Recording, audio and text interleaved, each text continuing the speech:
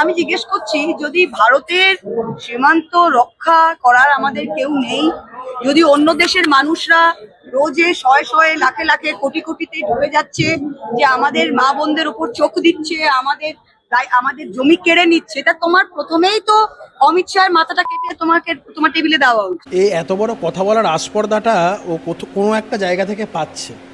অতীতেও দেশের তথ্য পাচারের অভিযোগ ওর বিরুদ্ধে উঠেছে।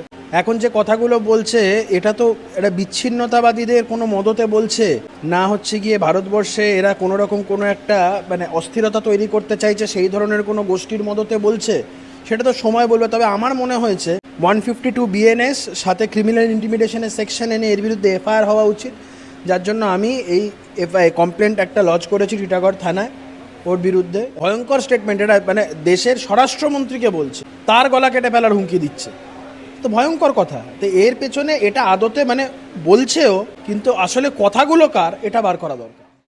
বাংলা হান্টের আরো খবর দেখতে নজর রাখুন। বাংলা খবর মানেই বাংলা হান্ট।